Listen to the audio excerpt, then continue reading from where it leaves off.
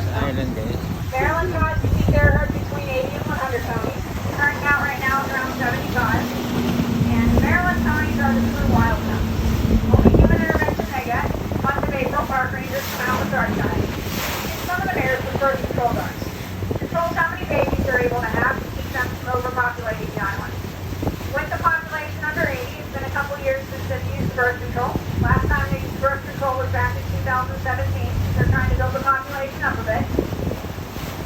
Virginia has a really different way of managing population control. Virginia has limited keeping their herd to 150 ponies.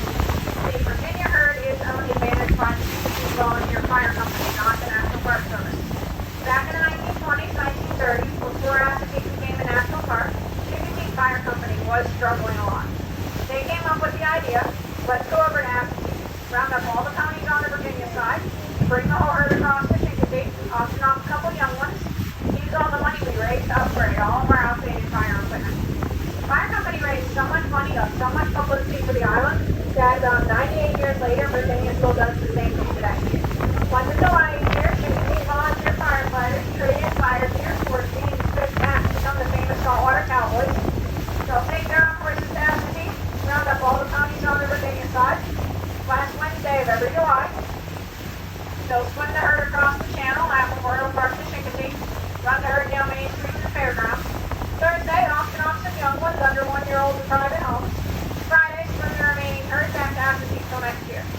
Annual Pony Swim, Pony Run, Pony Penning Day, part of the Chickasee Volunteer Firemen's Carnival, goes on each season in July. And unlike the Maryland ponies, the Virginia ponies do get some veterinary care paid for and provided by the fire company, where a lot of the money from the auction goes to now. Virginia herd gets rounded up 2 more times each year for vet checks, vaccines, warming shots. They also been brought in anytime they need medical treatment. All the ponies on the Virginia side, foals included, get microchipped by the vets as well. Since they do auction off a good number of foals to private homes, they do like to be sure they have a detailed health record of every pony, make sure they're all up to date on vet checks and vaccines. So if you do buy one of the foals at the auction, you're buying a vet check vaccinated pony. The main reason the chain link fence is there is the state line. They don't want the true wild ponies of Maryland getting mixed in with the vet checked and vaccinated Virginia herd. We try to keep them as separated as possible.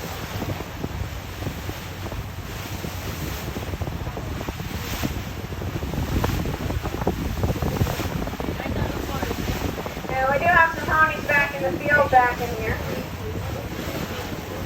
Ponies on Assateague have a bit of a bloated appearance, more than a horse you're used to seeing, due to the salt-poured grass they eat. Very high in salt, not very high in nutrition. They do eat about 18-19 hours a day to live out here. They separate into small groups called Hourse bands, consisting of 1 stallion, anywhere from 1 to 10 mares and young. Very territorial. Another stallion or band does wander up into this group's territory. 2 stallions will fight each other until one of the 2 ends up getting chased away. Also territorial with their own babies as well. If one of the stallion's mares happens to give birth to a little baby boy, Dad will let him stay with the group till he gets to be about 2 or 3 years old, sometimes younger than that, depends on Dad. Dad will chase his own son out. He doesn't want any competition in his band, even if it is his son. There have been times younger colts will try and overthrow Dad, take over the band. Dad doesn't want that. As soon as his son reaches maturity or starts showing interest in the mares, Dad will chase his son off to round up his own girls before his son gets a chance to kick Dad out. Not a ton of fresh water on the island. A lot of their moisture comes from the grass they eat. These guys have been here close to 400 years now. They've adapted really well to life on the island. They do live to be between 20 and 25 years old on average. The Park Service does recommend people stay at least a bus length away from these guys. They are wild animals, not domesticated farm horses. They're unpredictable like any other wild animal. As quite a few people in the park each year find out trying to walk up to and pet ponies, they like being approached and touched about as much as any other wild animal would. Some people just have to find that out the hard way. And they are really trying to discourage people from feeding the ponies on the island, leaving food out where they can get to it. Feeding these guys or leaving food out can actually cause some pretty big problems.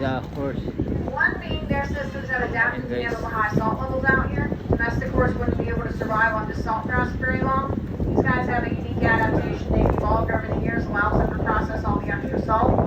Why the fire company is so strict on only auctioning off foals under 1 year old in Virginia. Once they reach about 1.5 to 2 years old, they've been too exposed to the high salt levels. At that point, anything not part of their natural really bad tummy ache. Unlike us, a horse can't get rid of things that give them a tummy ache, so if they get fed something they shouldn't or eat something they shouldn't, it really causes problems so they can pass it through. Safer for their health overall, let them eat grass. The other issue that feeding them can cause is a dangerous situation called food aggression or resource guarding. It happens when people unintentionally teach a wild animal to associate people with food. Prime example of that, there was a stallion around the campground locals called Chip. He became so used to people feeding him all the time, leaving food out on picnic tables, leaving beach bags and coolers open with food that he could get to. He became extremely aggressive and possessive around food to the point where he was actually charging at people to get them away from their things.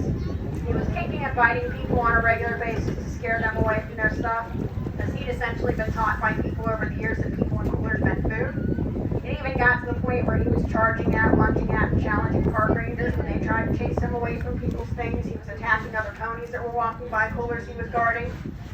He became such a danger to himself, other ponies on the island, and people just walking around the park. They had to make a tough decision back in May to remove him from the island. They sent him to a sanctuary in Texas that has experience with acid ponies.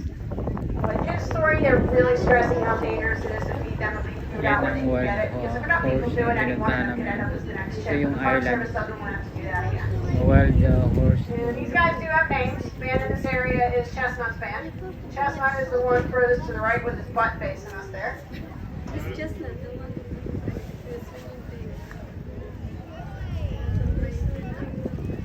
Can everybody get the pictures? Yep. Thank you.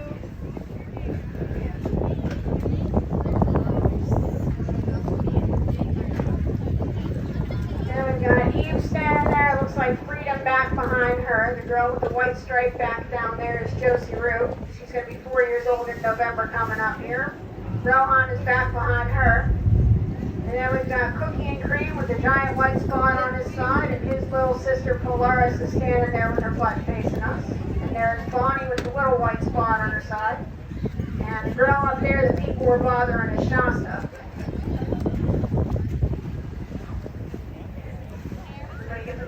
Everybody get their pictures?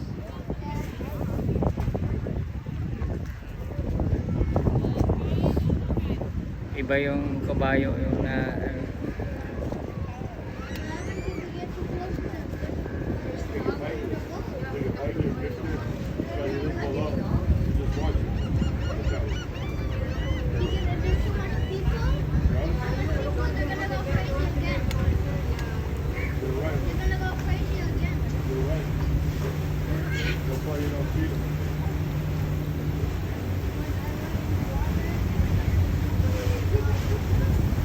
Coming down here by some salt marshes, common hatching ground for different types of fish, popular feeding ground for wading birds like herons and egrets. Pretty sure he goes to the houses back there too. Kind of hard to miss that giant house coming up looks like a castle. All those houses also private owned homes. All that area did used to be salt marsh. A lot of the marshland was destroyed and those houses got built. But Mother Nature has gotten revenge